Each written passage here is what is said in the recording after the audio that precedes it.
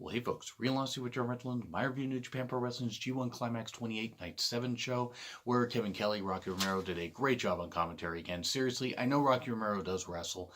Keep him on commentary here and there too, because he does a really, really good job. This was at Hachioji. I hope I got that right. I apologize if I didn't. Look like a really, really cool venue and a very, very hot crowd.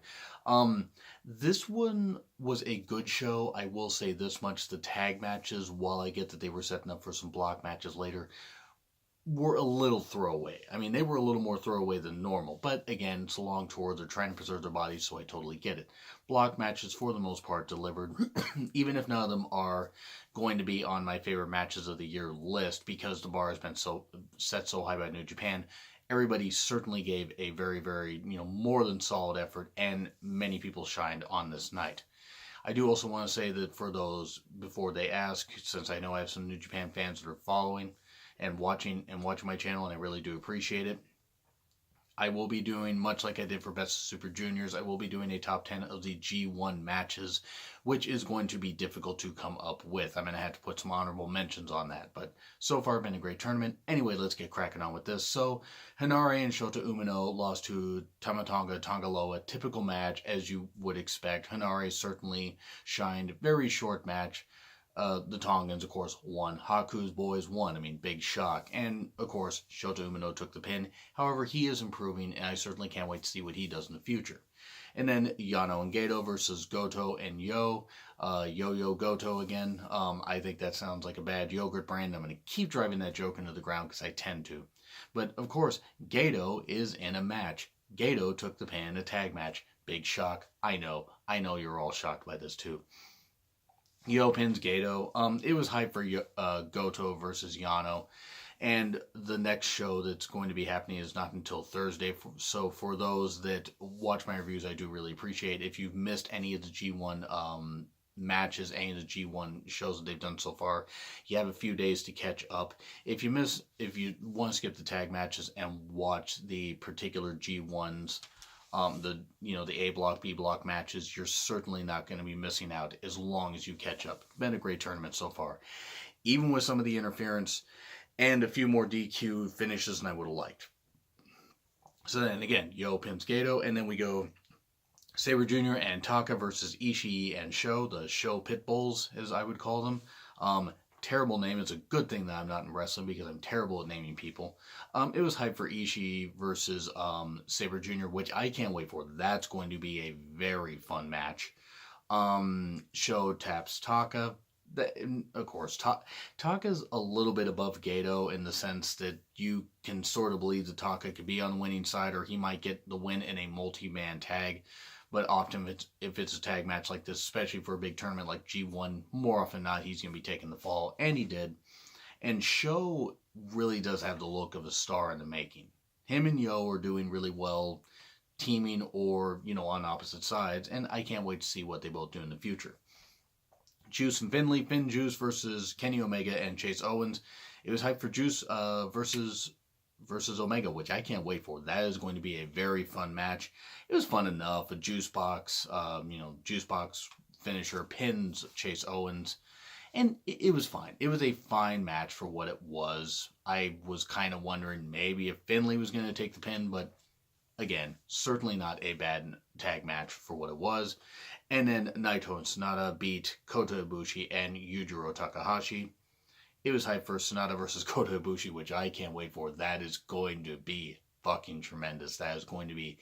That might actually top what Sonata and Sabre Jr. did, and for different reasons, given the fact they can both go high flying and both do some great wrestling.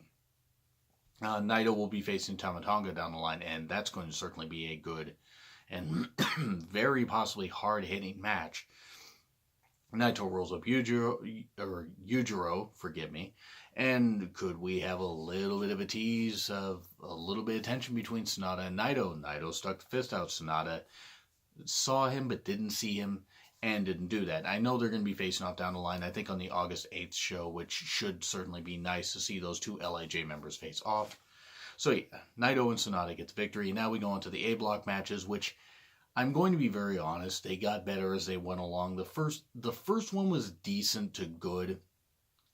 And it got good, mainly, it's just like get good, the whole gaming thing. It got better as it went along. It was Michael Elgin versus Yoshihashi. I was hoping Yoshihashi would get the victory here. He did. Yay. Tremendous. Fantastic. You guys know I don't care for Michael Elgin, even though I put over the fact he is a great athlete and a great powerhouse. I just don't care for him as a person. But it was strength versus speed. There was nice, Yoshihashi doing a great dive, chops aplenty. I actually thought Elgin was going to get the victory because I was like, here we go. And then Yoshihashi managed to get Karma. Karma got Michael Elgin. There's some poetic justice there. I don't think it's gotten him yet, but anyway. Great kick out of a superplex by Yoshihashi. Great strength there by Elgin, but Karma got Michael Elgin. Yoshihashi gets victory and his first 2 points. Might only win 3 or 4 matches, and I know sometimes I waffle back and forth between the amount of matches that some people might win, but as the tournament goes on, you're like, okay, I thought this guy might win five matches, and he's only going to win like 3. Hard to predict, and it's just having some fun. But yeah, Yoshihashi gets victory. A good match, not a great match. This isn't something you need to go out and watch. Unless you are a big fan of Yoshihashi, and I certainly respect the guy, and he is a tremendous talent. This was an arrival win. He's been a consistent performer in New Japan, even if he's taken a lot of pins and a lot of tag matches. He really did shine here. He shined actually against Makabe and in other matches. So maybe this will be the start of him getting like maybe a three match G1 win streak. And who knows what's going to happen to Elgin? I don't really care, quite frankly. The guy could leave New Japan tomorrow, and I wouldn't miss him. He's not going to leave New Japan tomorrow, but he doesn't have to get another title shot or anything. He can just be somebody that puts on these kind of performances. But then we go to Evil versus Bad Luck Fale, and look, I get it with the Tongans, with the OG Bullet Club, Firing Squad, Tamatonga, Tongaloa, Fale. And of course, Haku. I mean, Haku wasn't there, but he could be part of that too, considering that the guy still could probably move a damn mountain if he wanted to. I get that they're going to do the constant interference thing, like they don't care about the G1. They want to create anarchy and all that, and that's fine. The problem is now with a 19-day tournament, it set over the course of almost a month, it is getting very repetitive. So let me get to the match first. Yeah, it was outside quickly, barricade usage, of course, and it looked like actually Evil may have injured his elbow because Fale just threw the shit on him. Fale seemed to be favoring his knee, and I don't know if that's just him selling from previous matches, selling the cumulative bumps he's taken, but it's a little odd that they're going that route. Fale seems very hurt, and I hope he's okay. I hope it's just him selling. I really hope that he is not hurt. It's a bit odd. But Evil, of course, doing the chop down thing. There's chair usage and a ton of people running. I mean, there was a cool spot though where, Tongaloa was trying to interfere and Evil tossed him a chair, and then the referee saw him, and then Evil put a chair over Fale's throat and did this spot that didn't look all that great. But I mean, we don't want anybody actually hurt. But it wasn't the best spot with a chair, like the chair over the throat into the ring post. But there was that. That was kind of funny. It wasn't that Fale did bad. It wasn't that Evil did bad. But it's just this match was okay. This is one you could probably skip and you wouldn't have missed much of anything. Another DQ finish. I think Fale's going to end up with 0 points at this rate. And I mean, I don't think he really cares. I mean, his shirt, that says "fuck him," I think pretty much is about his best attitude towards it. But you had Bushi run down and missed Tongaloa. Tamatonga ran down. Naito ran down. Everybody was a whole big schmoz and everything. And the referee just got pissed because everybody was in the Evil had hit everything as Evil on Fale, but the ref wouldn't make the pin because everybody's in the ring, and he was just like, you know what, fuck it, I'm Evil, you get the victory. Because I mean, Evil actually wasn't the one that hit the ref or caused all this shit. I think the referees have just about had it with the OG Bullet Club shit, and they're probably just going to disqualify him for everything. But if every one of these matches ends in a disqualification, it's going to drag it down, because it's like, last year I think there was, 1 DQ. I don't know about 2016. I don't remember those results.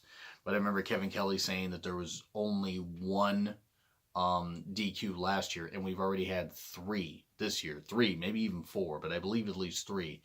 it's a little much, but still, Evil gets a victory. This match is okay. Nothing you really have to go out of your way to see. I get it. They did want to hype a little bit of Naito and Tama Tonga a little more since they're going to be off for a few days until Thursday. So I get that whole point. But still, the constant interference, while the great storytelling, and I get why they're doing it, they want to create anarchy. It does bring the tournament down just a little bit. Just a little bit when they're involved. I'm still hoping Tama Tonga gets some victories, but I think he's going to have more than Fale, obviously. But yeah, Fale, I don't think he's going to get a single victory. I don't think he cares. And then we go Jay White versus Minoru Suzuki, the Murder Grandpa, shout out New Patriot 77, against the Switchblade.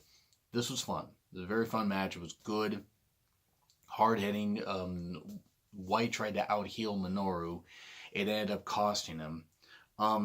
There was a good pace to it. He did target Minoru and was like trying to take him down because Jay White was the younger of the two. Obviously, not that I'm knocking Suzuki. The man's 50 and probably could wrestle till he's 70 if he wanted. I think he's only going to wrestle another 5 more years realistically, but whatever.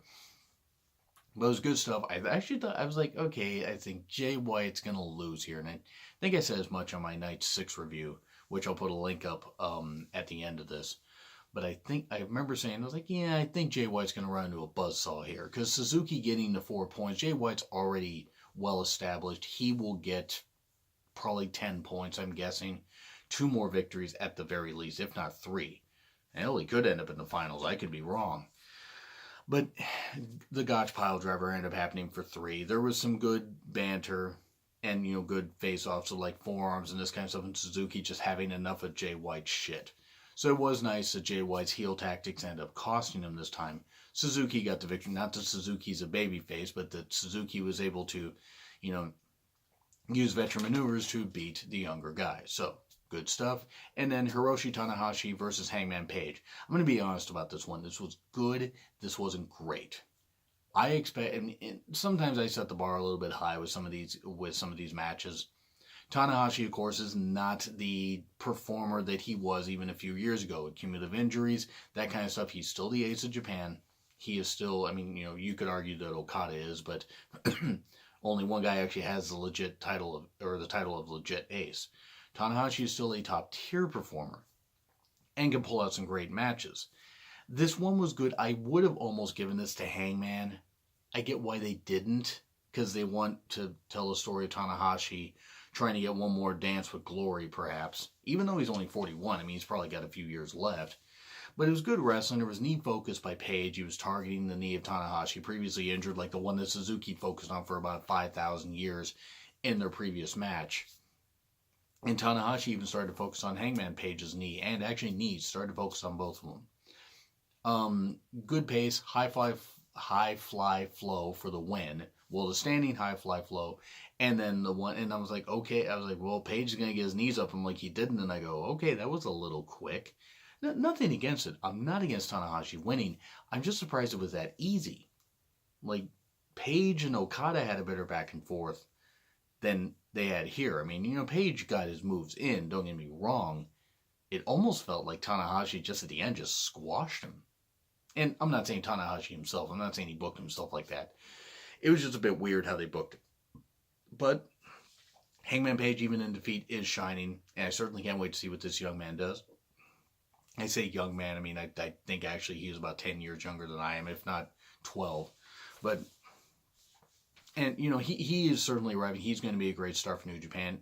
If Tanahashi gets to the finals, I am not going to be opposed to it. Because Tanahashi is a tremendous talent and really was one of, if not the savior of the company as far as in-ring work goes. Back when they had their dark age and stuff like that. And not dark age in particular, just when they were having issues drawing crowds and that kind of stuff, and they went into a lull period until they got more consistent talent. And thankfully, New Japan is just exploding, and I'm so happy and I'm so here for it. I'm so glad that I'm able to review this stuff because it's actual wrestling. But anyway, Tanahashi has 6 points. Page sits at 2. I think Page will end up getting the 8. And he may never win a G1, but if he does, 2020, 2021, it's possible. And then we go to Makabe versus Okada. this was fun. Of course, you had Okada with the phallic balloons, and he runs out. He's throwing the balloons around. He accidentally, he accidentally hits Rocky Romero with it's either the black or the red balloon because I don't think he had one of the phallic ones left. It was weird. He's just Okada's just absolutely nuts. It's like I'm definitely ready for it's good old Rain Man impression, but a much more heelish Okada, and I'm here for that. It's a great way to tweak his character.